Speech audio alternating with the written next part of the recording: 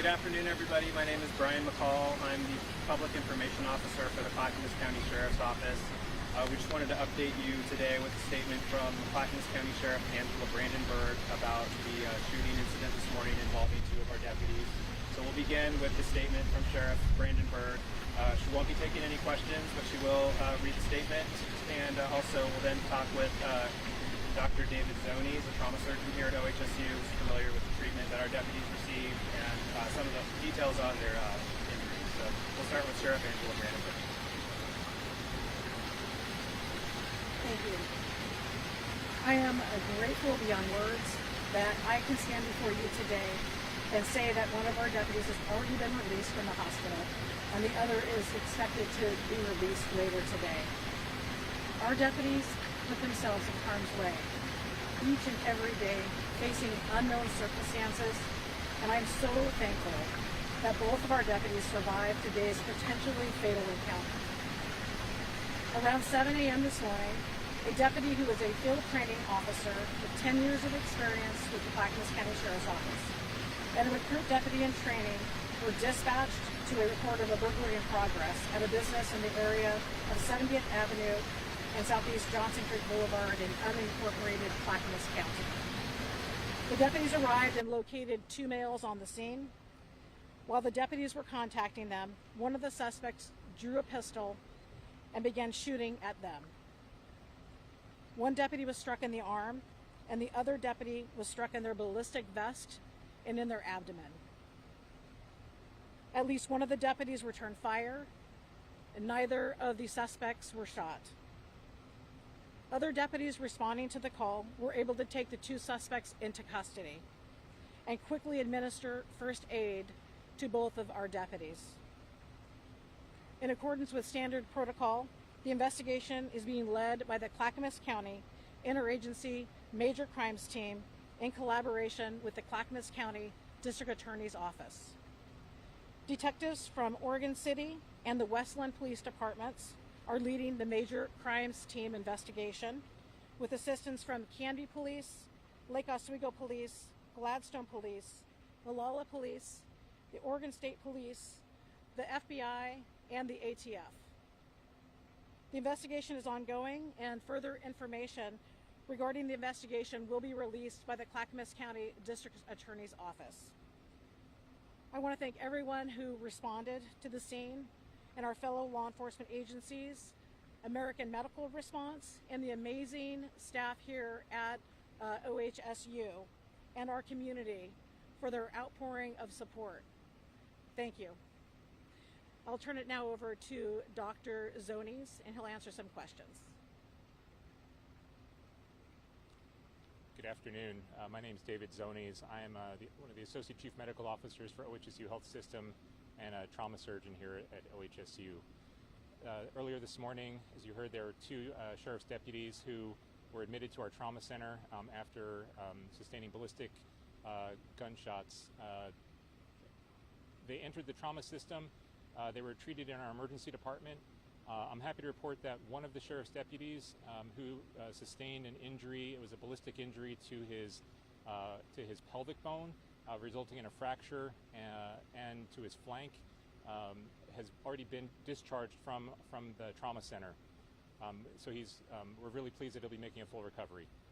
The second sheriff's deputy sustained an injury, a ballistic injury to his left upper arm, resulting in a ballistic fracture.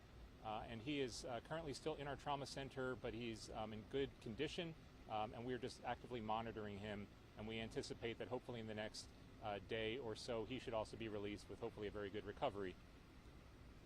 OHSU is very proud to have cared for these two sheriff's deputies. We have a phenomenal trauma system. We are one of only two trauma centers in the Portland metropolitan area that can manage major trauma injury. Our system worked the way it was intended to. We were able to rapidly care for both of these deputies and be able to manage and care for them so that they can have a successful outcome. With that, I'd be happy to take any questions specific to this. So what kind of team was required to immediately care for them when they first arrived? Yeah. So we have a team of nurses, physicians, respiratory therapists, pharmacists. Trauma systems are a very involved system of care. All of those individuals coalesce and arrive to receive the patient, and that entire team is ready 24 hours a day, 7 days a week, and they were there to receive both deputies. What kind of timeline are we talking about when they get here? You assess the situation, Yes. and then determine if they're going to survive or when they can get out. Are we talking 1, 2, 4, 5, 6 hours? So we're always present and available and ready to receive patients 24 hours a day. We immediately assess the patients from the time they come off of the ambulance. And honestly, the trauma system begins even before the patient arrives to the trauma center. And so we really have to commend the excellent work of our pre-hospital providers who assess patients, make a decision that this patient needs to go to a major trauma center, and then we're there to receive them. Once they enter our system, our trauma surgeons, nurses, emergency physicians make these decisions within minutes. And so from there, we make decisions whether someone needs an operation, whether they need a special intervention, and then we have all of the other complex support services that can only exist at major centers: special radiologists, special proceduralists, orthopedic surgeons. Everybody responds within minutes to assess that patient to give the best possible outcome. Can you explain how, if I've got this right, somebody who's hit by a bullet in a protective vest can get a hip fracture? Is the bullet bouncing around? Yeah.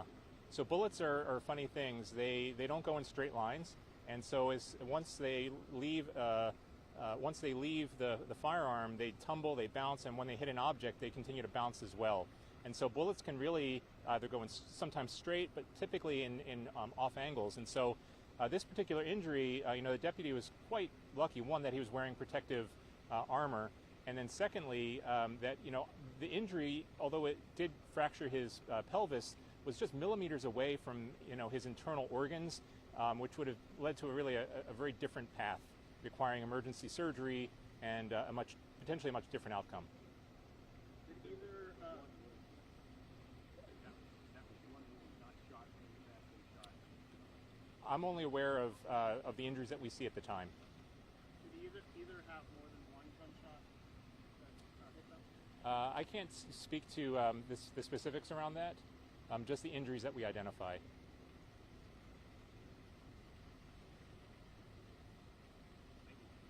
Okay, thank you.